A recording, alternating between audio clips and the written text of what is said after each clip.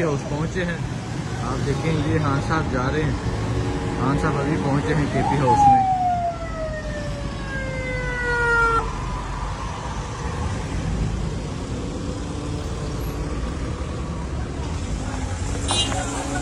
आजादी मंशूर हमारा आजादी पैगाम है, ना मंजूर गुलामी हमको, ना मंजूर गुलाम है।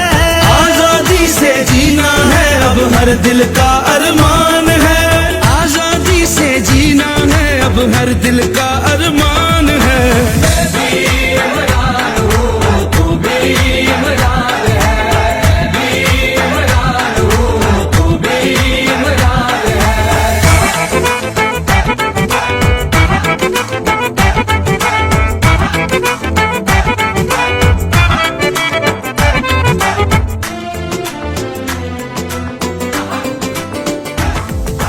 प्यार नबी के हम दीवाने, तैबा के मत वाले हैं।